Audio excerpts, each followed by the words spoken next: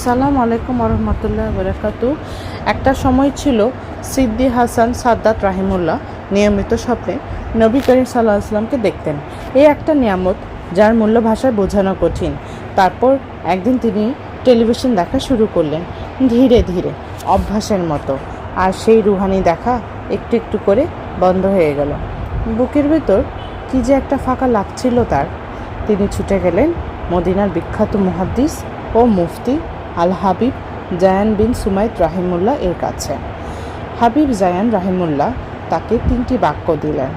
বললেন, প্রতিটি 116 বার করে পড়ো। প্রথমটি, আসসালাতু ওয়াসসালামু আলাইকা ইয়া সাইয়্যিদি ইয়া রাসূলুল্লাহ কাল্লা থিলাতি আদরিকনি। হে আমার সাইয়্যিদ, হে আল্লাহ রাসূল সাল্লাল্লাহু আলাইহি ওয়াসাল্লাম, আপনার উপর দুরূদ ও সালাম। আমার উপায় ফুরিয়ে গেছে, আমাকে ধরুন। দ্বিতীয়টি, আসসালামু আলাইকা আইয়ুহান নাবিয়্যু ওয়া রাহমাতুল্লাহি ওয়া বারাকাতুহু। হে নবী করিম সাল্লাল্লাহু আলাইহি ওয়াসাল্লাম, আপনার উপর শান্তি বর্ষিত হোক, আল্লাহর রহমত ও বরকত সহ।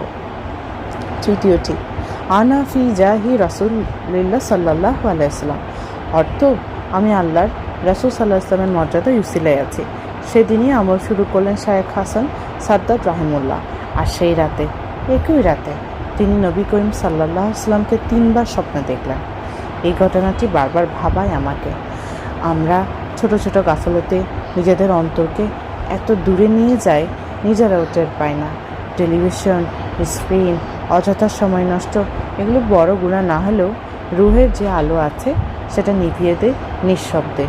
দুরূদ শুধু আরবি শব্দ নয়, দুরূদ হলো সেই দরজা যেটা করলে নবীজি সাল্লাল্লাহু আলাইহি ওয়াসাল্লামের কাছাকাছি যাওয়া যায়।